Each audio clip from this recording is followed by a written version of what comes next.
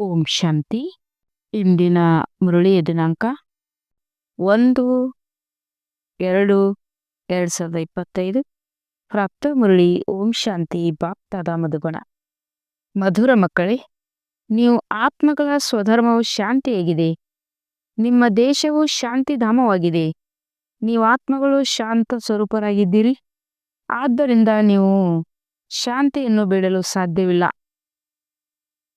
ಪ್ರಶ್ನೆ: ನೀವು ಯೋಗ ಬಲವು ಯಾವ ಚಮತ್ಕಾರ ಮಾಡುತ್ತದೆ?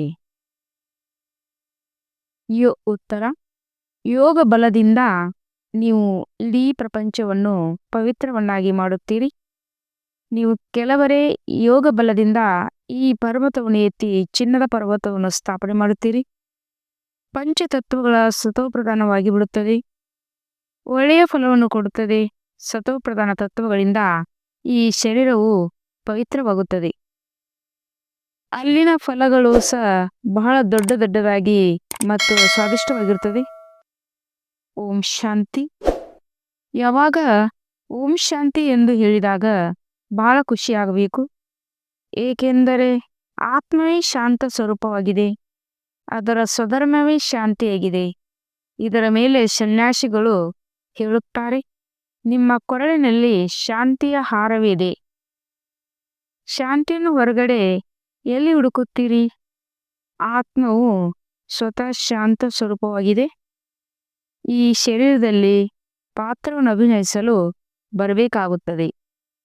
ಆತ್ಮವು ಸದಾ ಶಾಂತವಾಗಿದ್ದರೆ ಕರ್ಮವನ್ನು ಹೇಗೆ ಮಾಡುವುದು? ಕರ್ಮವನ್ನಂತೂ ಮಾಡಲೇಬೇಕಾಗಿದೆ. ಶಾಂತಿಧಾಮದಲ್ಲಿ ಆತ್ಮಗಳು ಶಾಂತವಾಗಿರುತ್ತವೆ. ಅಲ್ಲಿ ಶರೀರವಿರುವುದಿಲ್ಲ. ನಾಮಾತ್ಮಗಳು ಶಾಂತಿಧಾಮದ ನಿವಾಸಿಗಳಾಗಿದ್ದೇವೆಂದು ಯಾವ ಸನ್ಯಾಸಿಗಳು ತಿಳಿದುಕೊಂಡಿಲ್ಲ. ಮಕ್ಕಳಿಗೆ ತಿಳಿಸಲಾಗಿದೆ, ಶಾಂತಿಧಾಮವು ನಮ್ಮ ದೇಶವಾಗಿದೆ. ಮತ್ತೆ ನಾವು ಸುಖಧಾಮದಲ್ಲಿ ಬಂದು ಪಾತ್ರವನ್ನು ಅಭಿನಯಿಸುತ್ತೇವೆ. ನಂತರ ದುಃಖಧಾಮದಲ್ಲಿ ರಾವಣ ರಾಜ್ಯವಾಗುತ್ತದೆ. ಇದು 84 ಜನ್ಮಗಳ ಕಥೆಯಾಗಿದೆ. ಹೇ ಅರ್ಜುನ, ನೀನು ತನ್ನ ಜನ್ಮಗಳ ಬಗ್ಗೆ ತಿಳಿದಿಲ್ಲವೆಂದು ಭಗವಾನ್ ವಾಚ್ ಇದೆಯಲ್ಲವೇ? ಒಬ್ಬರಿಗೆ ಏಕೆ ಹೇಳುತ್ತಾರೆ? ಏಕೆಂದರೆ ಒಬ್ಬರದೇ ಗ್ಯಾರಂಟಿ ಇದೆ. ಈ ರಾಧಾಕೃಷ್ಣರದು ಸಂಪೂರ್ಣ ಗ್ಯಾರಂಟಿ ಇರುವ ಕಾರಣ ಇವರಿಗೆ ಹೇಳುತ್ತಾರೆ. ಇದು ತಂದೆಗೆ ಗೊತ್ತಿದೆ. ಮಕ್ಕಳು ತಿಳಿದುಕೊಂಡಿದ್ದೀರಿ. ಇಲ್ಲಿ ಇರುವಂತಹ ಮಕ್ಕಳೆಲ್ಲರೂ 84 ಜನ್ಮಗಳನ್ನು ತೆಗೆದುಕೊಳ್ಳುವುದಿಲ್ಲ. ಕೆಲವರು ಮಧ್ಯದಲ್ಲಿ ಬರುತ್ತಾರೆ, ಕೆಲವರು ಅಂತಿಮದಲ್ಲಿ ಬರುತ್ತಾರೆ. ಆದರೆ ಇವರಂತೂ ಬ್ರಹ್ಮ ಬಾಬಾ ನಿಶ್ಚಿತವಾಗಿದೆ. ಹೇ ಮಕ್ಕಳೇ ಎಂದು ತಂದೆಯು ಇವರಿಗೆ ಹೇಳುತ್ತಾರೆ. ಅಂದ ಮೇಲೆ ಇವರು ಅರ್ಜುನರಾದರಲ್ಲವೇ? ರಥದಲ್ಲಿ ಕುಳಿತಿದ್ದಾರಲ್ಲವೇ? ನಾವು ಜನ್ಮಗಳನ್ನು ಹೇಗೆ ತೆಗೆದುಕೊಳ್ಳುತ್ತೇವೆ ಎಂಬುದನ್ನು ಮಕ್ಕಳು ತಿಳಿದುಕೊಳ್ಳುತ್ತೀರಿ. ಸೇವೆಯನ್ನೇ ಮಾಡಲಿಲ್ಲವೆಂದರೆ ಸತ್ಯಯುಗ ಹೊಸ ಪ್ರಪಂಚದಲ್ಲಿ ಮೊಟ್ಟ ಮೊದಲಿಗೆ ಹೇಗೆ ಬರುತ್ತೀರಿ? ಇವರ ಅದೃಷ್ಟವು ಎಲ್ಲಿದೆ? ಯಾರು ಕೊನೆಯಲ್ಲಿ ಜನ್ಮ ತೆಗೆದುಕೊಳ್ಳುವರೋ ಅವರಿಗಂತೂ ಹಳೆಯ ಮನೆಯಾಗುತ್ತಾ ಹೋಗುತ್ತದಲ್ಲವೇ? ನಾನು ಇವರಿಗಾಗಿ ಹೇಳುತ್ತೇನೆ, ಏಕೆಂದರೆ ಇವರ ಪ್ರತಿ ನಿಮಗೆ ನಿಶ್ಚಯವಿದೆ. ಮಮ್ಮ ಬಾಬಾ 84 ಜನ್ಮಗಳನ್ನು ತೆಗೆದುಕೊಳ್ಳುತ್ತಾರೆಂದು ನೀವು ಸಹ ತಿಳಿದುಕೊಳ್ಳುತ್ತೀರಿ. ಕುಮಾರಿಕಾ, ಜಾನಕಿ ಇಂತಿಂಥ ಮಾರುತಿಗಳೆಲ್ಲರೂ 84 ಜನ್ಮಗಳನ್ನು ತೆಗೆದುಕೊಳ್ಳುತ್ತಾರೆ. ಯಾರು ಸೇವೆ ಮಾಡಿದಿಲ್ಲವೋ ಅವರು ಅವಶ್ಯವಾಗಿ ಕೆಲವು ಜನ್ಮಗಳ ನಂತರ ಬರುತ್ತಾರೆ. ನಾವಂತೂ ಅನುತ್ತೀರ್ಣರಾಗಿ ಬಿಡುತ್ತೇವೆ, ಕೊನೆಯಲ್ಲಿ ಬರುತ್ತೇವೆ ಎಂಬುದು ಅರ್ಥವಾಗುತ್ತದೆ. ಶಾಲೆಯಲ್ಲಿ ಓಟವನ್ನು ಓಡುವಾಗ ಗುರಿಯನ್ನು ತಲುಪಿ ಮತ್ತೆ ಹಿಂದಿರುಗಿ ಬರುತ್ತಾರಲ್ಲವೇ? ಎಲ್ಲರೂ ಏಕರಸವಾಗಿರಲು ಸಾಧ್ಯವಿಲ್ಲ. ಸ್ಪರ್ಧೆಯಲ್ಲಿ 1 ಇಂಚಿನಷ್ಟು ಅಂತರವಾಗುತ್ತದೆ ಎಂದರೂ ಸಹ ಪ್ರಶ್ನೆಯಲ್ಲಿ ಬಂದು ಬಿಡುತ್ತಾರೆ. ಇದು ಸಹ ಕುದುರೆ ಸ್ಪರ್ಧೆ ಎಂದು ಹೇಳುತ್ತಾರೆ. ಅಶ್ವ ಎಂದು ಕುದುರೆಗೆ ಹೇಳಲಾಗುತ್ತದೆ, ರಥಕ್ಕೂ ಕುದುರೆ ಎಂದು ಹೇಳಲಾಗುತ್ತದೆ. ಉಳಿದಂತೆ ದಕ್ಷ ಪ್ರಜಾಪಿತನು ಯಜ್ಞವನ್ನು ರಚಿಸಿದನು. ಅದರಲ್ಲಿ ಕುದುರೆಗಳನ್ನು ಸ್ವಹ ಮಾಡಿದರೆಂದು ಯಾವ ಮಾತುಗಳನ್ನು ತೋರಿಸುತ್ತಾರೆ? ಇದೇನೇ ಇಲ್ಲ. ದಕ್ಷ ಪ್ರಜಾಪಿತನೂ ಇಲ್ಲ, ಯಾವುದೇ ಯಜ್ಞವನ್ನು ರಚಿಸಿಲ್ಲ. ಪುಸ್ತಕಗಳಲ್ಲಿ ಭಕ್ತಿ ಮಾರ್ಗದ ಎಷ್ಟೊಂದು ದಂತಕಥೆಗಳಿವೆ. ಅದರ ಹೆಸರೇ ಕಥೆಯಾಗಿದೆ. ಬಹಳ ಕಥೆಗಳನ್ನು ಕೇಳುತ್ತಾರೆ. ನೀವಂತೂ ಇದನ್ನು ಓದುತ್ತೀರಿ. ನಿದ್ದೆಗೆ ಕಥೆ ಎಂದು ಹೇಳುವುದಿಲ್ಲ. ಶಾಲೆಯಲ್ಲಿ ಓದುತ್ತಾರೆ. ಒಂದು ಲಕ್ಷ್ಯವಿರುತ್ತದೆ. ನಮಗೆ ಈ ವಿದ್ಯೆಯಿಂದ ನೌಕರಿ ಸಿಗುತ್ತದೆ, ಏನಾದರೊಂದು ಸಿಗುತ್ತದೆ ಎಂದು ಉದ್ದೇಶವಿರುತ್ತದೆ. ಈಗ ನೀವು ಮಕ್ಕಳು ಬಹಳ ದೇಹಿ ಅಭಿಮಾನಿಗಳಾಗಬೇಕಾಗಿದೆ. ಇದೇ ಪರಿಶ್ರಮವಿದೆ. ತಂದೆಯನ್ನು ನೆನಪು ಮಾಡುವುದರಿಂದಲೇ ವಿಕರ್ಮಗಳು ವಿನಾಶವಾಗುತ್ತವೆ. ವಿಶೇಷವಾಗಿ ನೆನಪು ಮಾಡಬೇಕಾಗುತ್ತದೆ. ನಾನಂತೂ ಶಿವತಂದೆಯ ಮಗುವಾಗಿದ್ದೇನೆ. ಮತ್ತೇನು ನೆನಪು ಮಾಡುವುದು ಎಂದಲ್ಲ, ತನ್ನನ್ನು ವಿದ್ಯಾರ್ಥಿ ಎಂದು ತಿಳಿದು ನೆನಪು ಮಾಡಬೇಕಾಗಿದೆ. ನಾವು ಆತ್ಮಗಳಿಗೆ ಶಿವತಂದೆ ಓದಿಸುತ್ತಿದ್ದಾರೆ ಎಂಬುದನ್ನು ಮರೆತು ಹೋಗುತ್ತಾರೆ. ಶಿವತಂದೆಯೊಬ್ಬರೇ ಶಿಕ್ಷಕನಾಗಿದ್ದಾರೆ. ಅವರು ಸೃಷ್ಟಿಯ ಆದಿ ಮಧ್ಯ ಅಂತ್ಯದ ರಹಸ್ಯವನ್ನು ತಿಳಿಸುತ್ತಾರೆ. ಇದು ಸಹ ಮಕ್ಕಳಿಗೆ ನೆನಪಿರುವುದಿಲ್ಲ. ಪ್ರತಿಯೊಬ್ಬ ಮಗು ತಮ್ಮನ್ನು ಹೃದಯದಲ್ಲಿ ಕೇಳಿಕೊಳ್ಳಬೇಕಾಗಿದೆ. ಎಷ್ಟು ಸಮಯ ತಂದೆಯ ನೆನಪಿರುತ್ತದೆ? ಹೆಚ್ಚಿನ ಸಮಯಂತೂ ಬಹಾರ್ಮುಖತೆಯಲ್ಲೇ ಹೋಗುತ್ತದೆ. ಈ ನೆನಪೇ ಮುಖ್ಯವಾಗಿದೆ. ಈ ಭಾರತದ ಸಹಜ ರಾಜಯೋಗಕ್ಕೆ ಬಹಳ ಮಹಿಮೆ ಇದೆ. ಆದರೆ ಯೋಗವನ್ನು ಯಾರು ಕಲಿಸುತ್ತಾರೆಂದು ಯಾರಿಗೂ ತಿಳಿದಿಲ್ಲ. ಗೀತೆಯಲ್ಲಿ ಕೃಷ್ಣನ ಹೆಸರನ್ನು ಹಾಕಿಬಿಟ್ಟಿದ್ದಾರೆ. ಕೃಷ್ಣನ ನೆನಪಿನಿಂದ ಒಂದು ಪಾಪವೂ ಭಸ್ಮವಾಗುವುದಿಲ್ಲ. ಏಕೆಂದರೆ ಕೃಷ್ಣನು ಶರೀರಧಾರಿಯಾಗಿದ್ದಾನೆ. ಶರೀರ ಪಂಚತತ್ವಗಳಿಂದ ಮಾಡಲ್ಪಟ್ಟಿದೆ. ಕೃಷ್ಣನನ್ನು ನೆನಪು ಮಾಡುವುದೆಂದರೆ ಮಣ್ಣನ್ನು ನೆನಪು ಮಾಡಿದಿರಿ, ಪಂಚತತ್ವಗಳು ನೆನಪು ಮಾಡಿದರೆಂದರ್ಥ. ಶಿವತಂದೆಯು ಅಶರೀರಿಯಾಗಿದ್ದಾರೆ. ಆದ್ದರಿಂದ ತಿಳಿಸುತ್ತಾರೆ, ಮಕ್ಕಳೇ, ಅಶರೀರಿಯಾಗಿ ತಂದೆಯಾದನನ್ನು ನೆನಪು ಮಾಡಿ ಹೇ ಪತಿತ ಪಾವನ ಎಂದು ಹೇಳುತ್ತೀರಿ. ಅಂದಾಗ ಅವರು ಒಬ್ಬರೇ ಆದರಲ್ಲವೇ? ಗೀತೆಯ ಭಗವಂತ ಯಾರು ಎಂಬುದನ್ನು ಯುಕ್ತಿಯಿಂದ ಕೇಳಬೇಕು. ಭಗವಂತ ರಚಯಿತನಂತೂ ಒಬ್ಬರೇ ಆಗಿರುತ್ತಾರೆ. ಒಂದು ವೇಳೆ ಮನುಷ್ಯರು ತಮ್ಮನ್ನು ಭಗವಂತನೆಂದು ಕರೆಸಿಕೊಂಡರೂ ಸಹ ನೀವೆಲ್ಲರೂ ನನ್ನ ಮಕ್ಕಳಾಗಿದ್ದೀರಿ ಎಂಬ ಮಾತನ್ನು ಎಂದೂ ಹೇಳಲು ಸಾಧ್ಯವಿಲ್ಲ. ತತತ್ವಂ ಎಂದು ಹೇಳುತ್ತಾರೆ ಅಥವಾ ಈಶ್ವರ ಸರ್ವವ್ಯಾಪಿ ಎಂದು ಹೇಳುತ್ತಾರೆ. ನಾನು ಭಗವಂತ, ನೀವು ಭಗವಂತ. ಎಲ್ಲಿ ನೋಡಿದರಲ್ಲಿ ನೀನೇ ನೀನು, ಕಲ್ಲಿನಲ್ಲಿಯೂ ಇದ್ದೀಯಾ ಎಂದು ಹೇಳಿಬಿಡುತ್ತಾರೆ.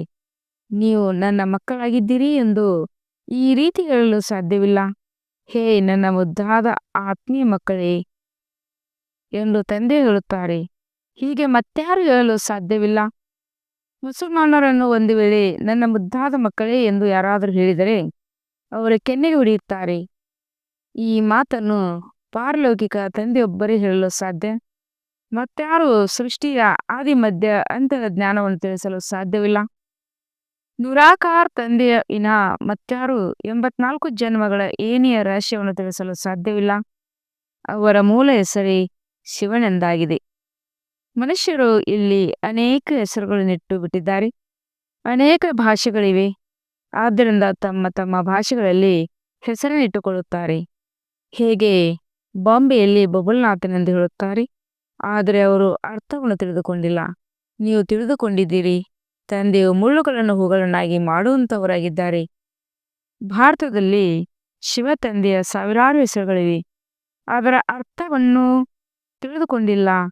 ತಂದೆಯು ಮಕ್ಕಳಿಗೆ ತಿಳಿಸಿಕೊಡುತ್ತಾರೆ. ಅದರಲ್ಲಿ ಮಾತೆಯರನ್ನು ತಂದೆಯು ಹೆಚ್ಚಿನದಾಗಿ ಮುಂದಿಡುತ್ತಾರೆ. ಇತ್ತೀಚೆಗೆ ಸ್ತ್ರೀಯರಿಗೆ ಹೆಚ್ಚಿನ ಮಾನ್ಯತೆ ಇದೆ. ಏಕೆಂದರೆ ತಂದೆಯು ಬಂದಿದ್ದಾರಲ್ಲವೇ? ತಂದೆಯು ಮಾತೆಯರ ಮಹಿಮೆಯನ್ನು ಹೆಚ್ಚಿಸುತ್ತಾರೆ. ನೀವು ಶಿವಶಕ್ತಿ ಸೇನೆಯರಾಗಿದ್ದೀರಿ. ನೀವೇ ಶಿವ ತಂದೆಯನ್ನು ಅರಿತುಕೊಂಡಿದ್ದೀರಿ. ಸತ್ಯವಂತೂ ಒಬ್ಬರೇ ತಂದೆಯಾಗಿದ್ದಾರೆ. ಸತ್ಯದ ದೋಣಿಯನ್ನು ಅಲುಗಾಡುತ್ತದೆ, ಆದರೆ ಮುಳುಗುವುದಿಲ್ಲ. ಅಂದಾಗ ನೀವು ಸತ್ಯವಂತರಾಗಿದ್ದೀರಿ. ಹೊಸ ಪ್ರಪಂಚದ ಸ್ಥಾಪನೆ ಮಾಡುತ್ತಿದ್ದೀರಿ. ಉಳಿದೆಲ್ಲ ಅಸತ್ಯ ದೋಣಿಗಳು ಸಮಾಪ್ತಿಯಾಗುತ್ತವೆ. ನೀವು ಸಹ ಇಲ್ಲಿ ರಾಜ್ಯ ಮಾಡುವರಲ್ಲ. ನೀವು ಇನ್ನೊಂದು ಜನ್ಮದಲ್ಲಿ ಸತ್ಯಯುಗದಲ್ಲಿ ಬಂದು ರಾಜ್ಯ ಮಾಡುತ್ತೀರಿ. ಇವು ಬಹಳ ಗುಪ್ತ ಮಾತುಗಳಾಗಿವೆ. ಇದನ್ನು ನೀವೇ ತಿಳಿದುಕೊಂಡಿದ್ದೀರಿ. ಈ ತಂದೆಯು ಸಿಗದೇ ಇದ್ದಿದ್ದರೆ ಏನೂ ತಿಳಿದುಕೊಳ್ಳುತ್ತಿರಲಿಲ್ಲ. ಈಗ ತಿಳಿದುಕೊಂಡಿದ್ದೀರಿ. ಇವರು ಬ್ರಹ್ಮ ಆಗಿದ್ದಾರೆ. ಯುದ್ಧದ ಮೈದಾನದಲ್ಲಿ ಯುದ್ಧವನ್ನು ನಿಲ್ಲಿಸುವವರಾಗಿದ್ದಾರೆ. ಇದು ಅಹಿಂಸಕ ಯುದ್ಧವಾಗಿದೆ. ಹೊಡೆದಾಟಕ್ಕೆ ಮನುಷ್ಯರು ಹಿಂಸೆ ಎಂದು ತಿಳಿಯುತ್ತಾರೆ. ತಂದೆ ತಿಳಿಸುತ್ತಾರೆ, ಕಾಮವೇ ಮೊಟ್ಟ ಮೊದಲು ಹಿಂಸೆಯಾಗಿದೆ. ಆದ್ದರಿಂದ ಕಾಮ ಮಹಾಶತ್ರು ಎಂದು ಹೇಳುತ್ತಾರೆ. ಇದರ ಮೇಲೆ ಜಯ ಗಳಿಸಬೇಕಾಗಿದೆ. ಮೂಲ ಮಾತೆಯೇ ಕಾಮವಿಕಾರದಾಗಿದೆ. ಪತಿತರೆಂದರೆ ವಿಕಾರಿಗಳು. ಪತಿತರಾಗುವವರಿಗೆ ವಿಕಾರಿಗಳೆಂದು ಕರೆಯುತ್ತಾರೆ. ಅವರು ವಿಕಾರದಲ್ಲಿ ಹೋಗುತ್ತಾರೆ. ಕ್ರೋಧ ಮಾಡುವವರಿಗೆ ಇವರು ವಿಕಾರಿ ಎಂದು ಹೇಳುವುದಿಲ್ಲ. ಕ್ರೋಧಿಗೆ ಕ್ರೋಧಿ ಅಂತಲೂ ಲೋಭಿಗೆ ಲೋಭಿ ಅಂತಲೂ ಹೇಳುತ್ತಾರೆ. ದೇವತೆಗಳಿಗೆ ನಿರ್ವಿಕಾರಿಗಳೆಂದು ಹೇಳುತ್ತಲಾಗುತ್ತದೆ. ದೇವತೆಗಳು ನಿರ್ಲೋಭಿ, ನಿರ್ಮೋಹಿ, ನಿರ್ವಿಕಾರಿಗಳಾಗಿದ್ದಾರೆ. ಅವರೆಂದೂ ವಿಕಾರದಲ್ಲಿ ಹೋಗುವುದಿಲ್ಲ. ವಿಕಾರವಿಲ್ಲದೆ ಮಕ್ಕಳು ಹೇಗೆ ಜನ್ಮ ಪಡೆಯುತ್ತಾರೆ ಎಂದು ನಿಮ್ಮನ್ನು ಪ್ರಶ್ನಿಸುತ್ತಾರೆ. ದೇವತೆಗಳನ್ನು ನಿರ್ವಿಕಾರಿಗಳೆಂದು ಒಪ್ಪುತ್ತಿರಲಿವೆ. ಅದು ನಿರ್ವಿಕಾರಿ ಪ್ರಪಂಚವಾಗಿದೆ. ದ್ವಾಪಾರ ಕಲಿಯುಗವು ವಿಕಾರ ಪ್ರಪಂಚವಾಗಿದೆ. ತನ್ನನ್ನು ವಿಕಾರಿ ದೇವತೆಗಳನ್ನು ನಿರ್ವಿಕಾರಿಗಳೆಂದು ಹೇಳುತ್ತಾರಲ್ಲವೇ? ನಾವು ಸಹ ನಿರ್ವಿಕಾರಿಗಳಾಗಿದ್ದೆವು. ಈಗ ಇವರ ತರ ನಿರ್ವಿಕಾರಿಗಳಾಗುತ್ತಿದ್ದೇವೆ ಎಂಬುದನ್ನು ನೀವೀಗ ತಿಳಿದಿದ್ದೀರಿ. ಈ ಲಕ್ಷ್ಮೀನಾರಾಯಣರು ಸಹ ನೆನಪಿನ ಬಲದಿಂದ ಈ ಪದವಿಯನ್ನು ಪಡೆದಿದ್ದರು. ಈಗ ಪುನಃ ಪಡೆಯುತ್ತಿದ್ದಾರೆ. ನಾವೇ ದೇವಿ ದೇವತೆಗಳಾಗಿದ್ದೆವು. ನಾವು ಕಲ್ಪದ ಹಿಂದೆಯೂ ಇಂಥ ರಾಜ್ಯವನ್ನು ಪಡೆದಿದ್ದೆವು. ಯಾವುದನ್ನು ಕಳೆದುಕೊಂಡೆವು, ಈಗ ಮತ್ತೆ ಅದನ್ನು ಪಡೆಯುತ್ತಿದ್ದೇವೆ. ಈ ಚಿಂತನೆಯು ಬುದ್ಧಿಯಲ್ಲಿದ್ದರೂ ಖುಷಿ ಇರುವುದು. ಆದರೆ ಮಾಯೆಯು ಈ ಸ್ಮೃತಿಯನ್ನು ಮರೆಸಿಬಿಡುತ್ತದೆ. ತಂದೆಗೆ ಗೊತ್ತಿದೆ, ನೀವು ಸ್ಥಿರವಾಗಿ ನೆನಪಿರಲು ಸಾಧ್ಯವಿಲ್ಲ. ನೀವು ಮಕ್ಕಳು ಅಡೋಲರಾಗಿ ನೆನಪು ಮಾಡುತ್ತಾ ಇದ್ದರೆ ಬಹಳ ಬೇಗನೆ ಕರ್ಮಾತೀತ ಸ್ಥಿತಿಯಾಗುವುದು ಮತ್ತು ಆತ್ಮ ಹಿಂತಿರುಗಿ ಹೋಗಿಬಿಡುವುದು. ಆದರೆ ಇಲ್ಲ, ಮೊಟ್ಟ ಮೊದಲನೆಯ ಪದವಿಗೆ ಇವರು ಹೋಗುವವರಾಗಿದ್ದಾರೆ, ಬ್ರಹ್ಮರವರು. ನಂತರ ಶಿವತಂದೆಯ ಮೆರವಣಿಗೆ ಇದೆ. ವಿವಾಹದಲ್ಲಿ ಮಾತೆಯರು ಮಣ್ಣಿನ ಮಡಿಕೆಯಲ್ಲಿ ಜ್ಯೋತಿಯನ್ನು ಬೆಳಗಿಸಿಕೊಂಡು ತೆಗೆದುಕೊಂಡು ಹೋಗುತ್ತಾರಲ್ಲವೇ? ಇದು ಚಿಹ್ನೆಯಾಗಿದೆ. ಪ್ರಿಯತಮನಾದ ಶಿವತಂದೆಯಂತೂ ಸದಾ ಜಾಗೃತ ಜ್ಯೋತಿಯಾಗಿದ್ದಾರೆ. ನಮ್ಮ ಜ್ಯೋತಿಯನ್ನು ಜಾಗೃತ ಮಾಡಿದ್ದಾರೆ. ಇಲ್ಲಿಯ ಮಾತನ್ನು ಭಕ್ತಿ ಮಾರ್ಗದಲ್ಲಿ ತೆಗೆದುಕೊಂಡು ಹೋಗಿದ್ದಾರೆ. ನೀವು ಯೋಗ ಬಲದಿಂದ ತಮ್ಮ ಜ್ಯೋತಿಯನ್ನು ಬೆಳಗಿಸಿಕೊಳ್ಳುತ್ತೀರಿ. ಯೋಗ ಬಲದಿಂದ ನೀವು ಪವಿತ್ರ ಆಗುತ್ತೀರಿ. ಜ್ಞಾನದಿಂದ ಧನವು ಸಿಗುತ್ತದೆ. ವಿದ್ಯೆಗೆ ಆದಾಯದ ಮೂಲವುದು. ವಿದ್ಯೆಗೆ ಆದಾಯದ ಮೂಲವೆಂದು ಹೇಳಲಾಗುತ್ತದೆ ಅಲ್ವಾ? ಯೋಗ ಬಲದಿಂದ ನೀವು ಇಡೀ ವಿಶ್ವ, ಅದರಲ್ಲಿ ವಿಶೇಷವಾಗಿ ಭಾರತವನ್ನು ಪವಿತ್ರವನ್ನಾಗಿ ಮಾಡುತ್ತೀರಿ. ಇದರಲ್ಲಿ ಕನ್ಯರು ಬಹಳ ಒಳ್ಳೆಯ ಸಹಯೋಗವನ್ನು ನೀಡುತ್ತಾರೆ. ಸರ್ವೀಸ್ ಮಾಡಿ ಶ್ರೇಷ್ಠ ಪದವಿಯನ್ನು ಪಡೆಯಬೇಕಾಗಿದೆ. ಜೀವನವನ್ನು ವಜ್ರ ಸಮಾನ ಮಾಡಿಕೊಳ್ಳಬೇಕಾಗಿದೆ. ಕಡಿಮೆಯಲ್ಲ, ಫಾಲೋ ಫಾದರ್ ಮದರ್ ಎಂದು ಗಾಯನ ಮಾಡಲಾಗುತ್ತದೆ. ತಂದೆ ತಾಯಿ ಮತ್ತು ಅನನ್ಯ ಸಹೋದರ ಸಹೋದರಿಯರನ್ನು ನೋಡಬೇಕಾಗಿದೆ. ನೀವು ಮಕ್ಕಳ ಪ್ರದರ್ಶನೆಯಲ್ಲಿಯೂ ತಿಳಿಸಬಹುದು. ನಿಮಗೆ ಇಬ್ಬರು ತಂದೆಯರಿದ್ದಾರೆ, ಲೌಕಿಕ ಮತ್ತು ಪಾರಲೌಕಿಕ. ಇದರಲ್ಲಿ ಯಾರು ದೊಡ್ಡವರು? ಅವಶ್ಯವಾಗಿ ಬೇಹದ್ದಿನ ತಂದೆಯ ದೊಡ್ಡವರಾಗಿದ್ದಾರಲ್ಲವೇ? ಆಸ್ತಿಯು ಅವರಿಂದಲೇ ಸಿಗಬೇಕಾಗಿದೆ. ಈಗ ಆಸ್ತಿಯನ್ನು ಕೊಡುತ್ತಿದ್ದಾರೆ. ವಿಶ್ವದ ಮಾಲೀಕರನ್ನಾಗಿ ಮಾಡುತ್ತಿದ್ದಾರೆ. ಭಗವಾನ್ ವಾಚ್ ನಿಮಗೆ ರಾಜಯೋಗವನ್ನು ಕಲಿಸುತ್ತೇನೆಂದು ಮತ್ತೆ ನೀವು ಇನ್ನೊಂದು ಜನ್ಮದಲ್ಲಿ ವಿಶ್ವದ ಮಾಲೀಕರಾಗುತ್ತೀರಿ. ತಂದೆಯು ಕಲ್ಪ ಭಾರತದಲ್ಲಿ ಬಂದು ಭಾರತವನ್ನು ಬಹಳ ಸೌಕಾರನಾಗಿ ಮಾಡುತ್ತಾರೆ. ಈ ವಿದ್ಯೆಯಿಂದ ನೀವು ವಿಶ್ವದ ಮಾಲೀಕರಾಗುತ್ತೀರಿ. ವಿದ್ಯೆಯಿಂದೇನು ಸಿಗುತ್ತದೆ? ಇಲ್ಲಂತೂ ನೀವು 21 ಜನ್ಮಗಳಿಗಾಗಿ ವಜ್ರ ಸಮಾನರಾಗುತ್ತೀರಿ. ಆ ವಿದ್ಯೆಯಲ್ಲಿ ರಾತ್ರಿ ಹಗಲಿನ ಅಂತರವಿದೆ. ಇಲ್ಲಂತೂ ತಂದೆ, ಶಿಕ್ಷಕ, ಸದ್ಗುರುವಂತೂ ಒಬ್ಬರೇ ಆಗಿದ್ದಾರೆ. ಆದ್ದರಿಂದ ತಂದೆಯು ಆಸ್ತಿ, ಶಿಕ್ಷಕನ ಆಸ್ತಿ, ಗುರುವಿನ ಆಸ್ತಿ ಎಲ್ಲವನ್ನೂ ಕೊಡುತ್ತಾರೆ. ಈಗ ತಂದೆಯು ತಿಳಿಸುತ್ತಾರೆ, ದೇಹ ಸಹಿತವಾಗಿ ಎಲ್ಲವನ್ನು ಮರೆಯಬೇಕಾಗಿದೆ. ತಾವು ಸತ್ತರೆ ತಮ್ಮ ಪಾಲಿಗೆ ಜಗತ್ತೇ ಸತ್ತಂತೆ. ತಂದೆಗೆ ದತ್ತು ಮಕ್ಕಳಾಗಿದ್ದೀರಿ ಅಂದ ಮೇಲೆ ಮತ್ತಾರ ನೆನಪು ಮಾಡುತ್ತೀರಿ? ಅನ್ಯರನ್ನು ನೋಡುತ್ತಿದ್ದರೂ ನೋಡಿಯೂ ನೋಡದಂತೆ ಪಾತ್ರದಲ್ಲಿಯೂ ಬರುತ್ತೀರಿ. ಏಕೆಂದರೆ ಈಗ ನಾವು ಮನೆಗೆ ಹೋಗಬೇಕಾಗಿದೆ. ಮತ್ತೆ ಇಲ್ಲಿ ಬಂದು ಪಾತ್ರವನ್ನು ಅಭಿನಯಿಸಬೇಕಾಗಿದೆ ಎಂದು ಬುದ್ಧಿಯಲ್ಲಿದೆ. ಇದು ಬುದ್ಧಿಯಲ್ಲಿದ್ದರೂ ಸಹ ಬಹಳ ಖುಷಿ ಇರುವುದು. ಮಕ್ಕಳು ದೇಹದ ಪರವೆಯನ್ನು ಬಿಟ್ಟು ಬಿಡಬೇಕಾಗಿದೆ. ಈ ಹಳೆಯ ವಸ್ತುವನ್ನು ಇಲ್ಲೇ ಬಿಟ್ಟು ಈಗ ಹಿಂತಿರುಗಿ ಮನೆಗೆ ಹೋಗಬೇಕಾಗಿದೆ. ನಾಟಕವು ಮುಕ್ತಾಯವಾಗುತ್ತದೆ. ಹಳೆಯ ಸೃಷ್ಟಿಗೆ ಬೆಂಕಿ ಬೀಳುತ್ತಿದೆ. ಅಂದರ ಮಕ್ಕಳು ಅಂದರು, ಅಜ್ಞಾನ ನಿದ್ರೆಯಲ್ಲಿ ಮಲಗಿಬಿಟ್ಟಿದ್ದಾರೆ. ಇವರು ಮಲಗಿರುವ ಮನುಷ್ಯನನ್ನು ತೋರಿಸಿದ್ದಾರೆಂದು ಮನುಷ್ಯರು ತಿಳಿಸುತ್ತಾರೆ. ಆದರೆ ಇದು ಅಜ್ಞಾನ ನಿದ್ರೆಯಲ್ಲಿ ಮಾತಾಗಿದೆ. ಇದರಿಂದ ನೀವು ಜಾಗೃತಗೊಳಿಸುತ್ತೀರಿ. ಜ್ಞಾನ ಅರ್ಥಾತ್ ಸತ್ಯಯುಗ ದಿನವಾಗಿದೆ. ಅಜ್ಞಾನವೆಂದರೆ ರಾತ್ರಿ ಕಲಿಯುಗವಾಗಿದೆ. ಇವು ಬಹಳ ತಿಳಿದುಕೊಳ್ಳುವ ಮಾತುಗಳಾಗಿವೆ. ಕನ್ಯೆಗೆ ವಿವಾಹವಾಗುತ್ತದೆ ಎಂದರೆ ತಂದೆ ತಾಯಿ ಅತ್ತೆ ಮಾವ ಮೊದಲಾದವರು ನೆನಪಿಗೆ ಬರುವರು. ಅವರನ್ನು ಮರೆಯಬೇಕಾಗುತ್ತದೆ. ಇಂತಹ ದಂಪತಿಗಳಿದ್ದಾರೆ. ನಾವು ದಂಪತಿಗಳಾಗಿದ್ದರೂ ಎಂದೂ ವಿಕಾರದಲ್ಲಿ ಹೋಗುವುದಿಲ್ಲ ಎಂದು ಸನ್ಯಾಸಿಗಳಿಗೂ ತೋರಿಸುತ್ತಾರೆ. ಜ್ಞಾನದ ಕತ್ತಿ ಜ್ಞಾನದ ಕತ್ತಿಯು ಮಧ್ಯದಲ್ಲಿದೆ, ಪವಿತ್ರವಾಗಿರಬೇಕು ಎಂದು ತಂದೆಯು ಆಜ್ಞೆಯಾಗಿದೆ. ನೋಡಿ, ರಮೇಶ್ ಮತ್ತು ಉಷಾ ಇದ್ದಾರೆ, ಎಂದೂ ಪತಿತರಾಗಿಲ್ಲ. ಒಂದು ವೇಳೆ ನಾವು ಪತಿತರಾದರೆ 21 ಜನ್ಮಗಳಿಗೆ ರಾಜ್ಯಭಾಗ್ಯವು ಸಮಾಪ್ತಿಯಾಗುವುದು, ದಿವಾಳಿಯಾಗುತ್ತದೆ ಎಂಬ ಭಯವಿದೆ. ಕೆಲವರು ಉತ್ತೀರ್ಣರಾಗಿ ಬಿಡುತ್ತಾರೆ. ಗಂಧರ್ವ ವಿವಾಹದ ಹೆಸರಂತೂ ಇದೆಯಲ್ಲವೇ? ನಿಮಗೆ ತಿಳಿದಿದೆ, ಪವಿತ್ರರಾಗಿರುವುದರಿಂದ ಬಹಳ ಶ್ರೇಷ್ಠ ಪದವಿ ಸಿಗುತ್ತದೆ. ಒಂದು ಜನ್ಮಕ್ಕಾಗಿ ಪವಿತ್ರರಾಗಬೇಕಾಗಿದೆ. ಯೋಗ ಬಲದಿಂದ ಕರ್ಮೇಂದ್ರಿಯಗಳ ಮೇಲೂ ನಿಯಂತ್ರಣ ಶಕ್ತಿ ಬಂದು ಬಿಡುತ್ತದೆ. ಯೋಗ ಬಲದಿಂದ ನೀವು ಇಡೀ ವಿಶ್ವವನ್ನು ಪವಿತ್ರವನ್ನಾಗಿ ಮಾಡುತ್ತೀರಿ. ನೀವು ಕೆಲವರೇ ಮಕ್ಕಳು ಯೋಗ ಬಲದಿಂದ ಇಡೀ ಬೆಟ್ಟವನ್ನು ಹಾರಿಸಿ ಚಿನ್ನದ ಪರ್ವತವನ್ನು ಸ್ಥಾಪನೆ ಮಾಡುತ್ತೀರಿ. ಮನುಷ್ಯರು ಇದನ್ನು ತಿಳಿದುಕೊಂಡಿಲ್ಲ. ಅವರಂತೂ ಗೋವರ್ಧನ ಪರ್ವತದ ಹಿಂದೆ ಸುತ್ತಾಡುತ್ತಿರುತ್ತಾರೆ. ತಂದೆಯು ಇಡೀ ಪ್ರಪಂಚವನ್ನು ಸ್ವರ್ಣಿಮ ಯುಗ ಎಂದು ಮಾಡುತ್ತಾರೆ. ಹಿಮಾಲಯವು ಚಿನ್ನದ್ದಾಗಿಬಿಡುತ್ತದೆ ಎಂದಲ್ಲ, ಸತ್ಯಯುಗದಲ್ಲಂತೂ ಚಿನ್ನದ ಗಣಿಗಳು ತುಂಬಿರುತ್ತವೆ. ಪಂಚತತ್ವಗಳು ಸತೋಪ್ರಧಾನರಾಗಿರುತ್ತವೆ. ಬಹಳ ಒಳ್ಳೆಯ ಫಲವನ್ನು ಕೊಡುತ್ತವೆ. ಸತೋಪ್ರಧಾನ ತತ್ವಗಳಿಂದ ಈ ಶರೀರವು ಸತೋಪ್ರಧಾನವಾಗುತ್ತದೆ. ಅಲ್ಲಿನ ಫಲಗಳು ಬಹಳ ದೊಡ್ಡದು ಮತ್ತು ಸ್ವಾದಿಷ್ಟವಾಗಿರುತ್ತದೆ. ಹೆಸರೇ ಆಗಿದೆ ಸ್ವರ್ಗ. ಅಂದಾಗ ತನ್ನನ್ನು ಆತ್ಮ ಎಂದು ತಿಳಿದು ತಂದೆಯನ್ನು ನೆನಪು ಮಾಡುವುದರಿಂದಲೇ ವಿಕಾರಗಳು ಬಿಟ್ಟು ಹೋಗುತ್ತವೆ. ದೇಹಾಭಿಮಾನವು ಬರುವುದರಿಂದ ವಿಕಾರದ ಚೇಷ್ಟೆಯುಂಟಾಗುತ್ತದೆ. ಯೋಗಿಗಳಂದು ವಿಕಾರದಲ್ಲಿ ಹೋಗುವುದಿಲ್ಲ. ಭಲೆ ಜ್ಞಾನವಿದೆ, ಆದರೆ ಯೋಗಿಗಳಾಗಿಲ್ಲವೆಂದರೆ ಕೆಳಗೆ ಬೀಳುವರು. ಹೇಗೆ ಪುರುಷಾರ್ಥವು ದೊಡ್ಡದು ಪ್ರಾರಬ್ಧವು ದೊಡ್ಡದು ಎಂದು ಕೇಳಿದಾಗ ಪುರುಷಾರ್ಥವು ದೊಡ್ಡದೆಂದು ಹೇಳಲಾಗುತ್ತದೆ. ಹಾಗಾದರೆ ಇದರಲ್ಲಿ ಯೋಗವು ದೊಡ್ಡದೆಂದು ಹೇಳಲಾಗುತ್ತದೆ. ಯೋಗದಿಂದಲೇ ಪತಿತರಿಂದ ಪಾವನರಾಗುತ್ತೀರಿ. ನಾವು ಬೇಹದ್ದಿನ ತಂದೆಯಿಂದ ಓದುತ್ತೇವೆಂದು ನೀವು ಮಕ್ಕಳು ಹೇಳುತ್ತೀರಿ. ಮನುಷ್ಯರಿಂದ ದೇವತೆಗಾಗುವುದರಿಂದ ಏನು ಸಿಗುತ್ತದೆ? ಮನುಷ್ಯರಿಂದ ಓದುವುದರಿಂದ ಏನು ಸಿಗುತ್ತದೆ?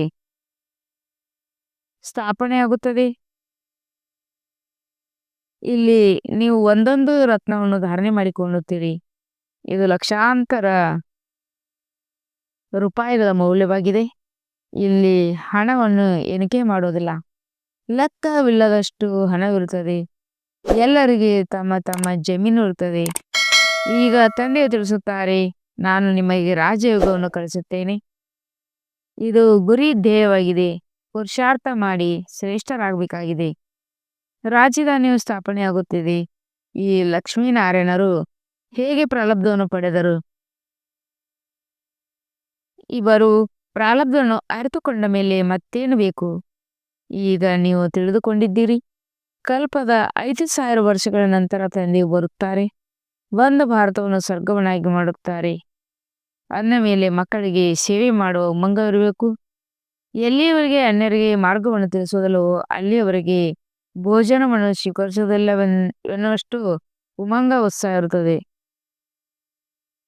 ಶ್ರೇಷ್ಠ ಪದವಿಯನ್ನು ಪಡೆಯುತ್ತೀರಿ, ಒಳ್ಳೆಯದು. ಮಧುರಾತಿ ಮಧುರ ಅಗಲಿ ಹೋಗಿ ಮರಳಿ ಸಿಕ್ಕಿರುವ ಮಕ್ಕಳ ಪ್ರತಿ ಮಾತ್ಪಿತಾ ಬಾಪ್ತಾದರ ನೆನಪು, ಪ್ರೀತಿ ಹಾಗೂ ನಮಸ್ತೆ ನಮಸ್ತೆ ನಮಸ್ತೆ. हम रूहानी बच्चों की रूहानी बाप दादा को याद प्यार और गुड मॉर्निंग और नमस्ते नमस्ते नमस्ते। ಶುಕ್ರಿಯಾ ಬಾಬಾ ಶುಕ್ರಿಯಾ. ವಹಾ ಬಾಬಾ ವಹಾ. ಧಾರಣೆಗಾಗಿ ಮುಖ್ಯ ಸಾರ: ಈಶ್ವರ ಸೇವೆ ಮಾಡಿ ತಮ್ಮ ಜೀವನವನ್ನು 21 ಜನ್ಮಗಳಿಗಾಗಿ ವಜ್ರ ಸಮಾನ ಮಾಡಿಕೊಳ್ಳಬೇಕಾಗಿದೆ. ಮಾತಾಪಿತಾ ಮತ್ತು ಅನನ್ಯ ಸಹೋದರ ಸಹೋದರಿಯರನ್ನೇ ಅನುಸರಿಸಬೇಕಾಗಿದೆ. 2ನೇ ಪಾಯಿಂಟ್: ಕರ್ಮಾತೀತ ಸ್ಥಿತಿಯನ್ನು ತಲುಪಲು ದೇಹ ಸಹಿತ ಎಲ್ಲವನ್ನು ಮರೆಯಬೇಕಾಗಿದೆ. ತಮ್ಮ ನೆನಪನ್ನು ಅರಳು ಮತ್ತು ಸ್ಥಿರ ಮಾಡಿಕೊಳ್ಳಬೇಕಾಗಿದೆ. ದೇವತೆಗಳು ಸಹ ನಿರ್ಲೋಭಿ, ನಿರ್ಮೋಹಿ, ಆಗಬೇಕಾಗಿದೆ. ವರದಾನ: ಒದ್ದಾಡುತ್ತಿರುವ ಆತ್ಮಗಳಿಗೆ 1 ಸೆಕೆಂಡ್ನಲ್ಲಿ ಗತಿ ಸದ್ಗತಿ ಸಿಗುವಂತ ಕೊಡುವಂತ ಮಾಸ್ಟರ್ ದಾತಾ ಭವ. ಹೇಗೆ ಸ್ಥೂಲ ಸೀಸನ್ ಆಗಿ ತಯಾರಿ ನಡೆಸುವರಿ, ಸೇವಾದಾರಿ ಸಾಮಗ್ರಿಗಳು ಎಲ್ಲವನ್ನು ತಯಾರು ಮಾಡಿಕೊಳ್ಳುವರಿ, ಯಾವುದರಿಂದ ಯಾರಿಗೆ ಯಾವುದೇ ತೊಂದರೆ ಆಗದಿರಲಿ ಎಂದು ಸಮಯ ವ್ಯರ್ಥ ಹೋಗದಿರಲಿ ಎಂದು. ಅದೇ ರೀತಿ ಈಗ ಎಲ್ಲ ಆತ್ಮಗಳಿಗೆ ಗತಿ ಸದ್ಗತಿ ಮಾಡುವಂತ ಅಂತಿಮ ಸೀಸನ್ ಬರುವುದಿದೆ. ಒದ್ದಾಡುತ್ತಿರುವ ಆತ್ಮಗಳನ್ನು ಕ್ಯೂನಲ್ಲಿ ಕಾಯ್ತಾ ನಿಲ್ಲುವಂತ ಕಷ್ಟ ಕೊಡಬೇಡಿ. ಬರುತ್ತಿರಲಿ ಮತ್ತು ಪಡೆದುಕೊಂಡು ಹೋಗುತ್ತಿರಲಿ. ಅದಕ್ಕಾಗಿ ಹೊರಡಿಯಾಗಿ ಪುರುಷಾರ್ಥ ಮಾಡುವಲ್ಲಿ ಪುರುಷಾರ್ಥ ಜೀವನದಲ್ಲಿ ಇರುವುದರಿಂದ ಮೇಲೆ ಸ್ಥಿತಿಯಲ್ಲಿರಿ.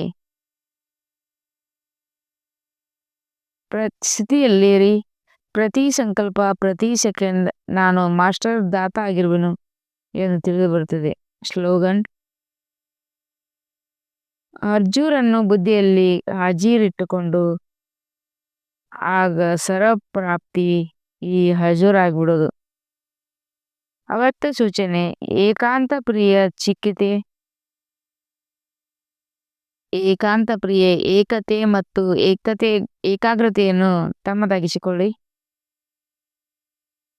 ಏಕಾಗ್ರತೆಯ ಪ್ರಿಯರಾಗ್ರಿ. ಏಕತೆಯ ಮತ್ತು ಏಕಾಗ್ರತೆಯ ತಮ್ಮದಾಗಿಸಿಕೊಳ್ಳಿ. ಏಕತೆಯ ಜೊತೆಯಲ್ಲಿ ಏಕಾಂತ ಪ್ರಿಯರಾಗಬೇಕು.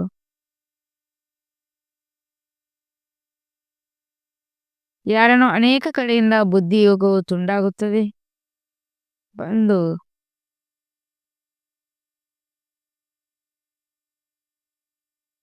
ಮತ್ತು ಒಬ್ಬರ ಪ್ರಿಯರಾಗಿರುತ್ತಾರೆ, ಅವರೇ ಏಕಾಂತ ಪ್ರಿಯರಾಗುವರು.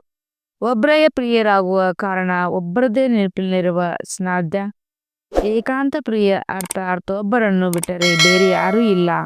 ಸರ್ವ ಸಂಬಂಧ ಸರ್ವ ರಸಗಳು ಒಬ್ಬರಿಂದ ತೆಗೆದುಕೊಳ್ಳುವರೇ ಏಕಾಂತ ಪ್ರಿಯರಾಗಲು ಸಾಧ್ಯ. ಓಂ ಶಾಂತಿ.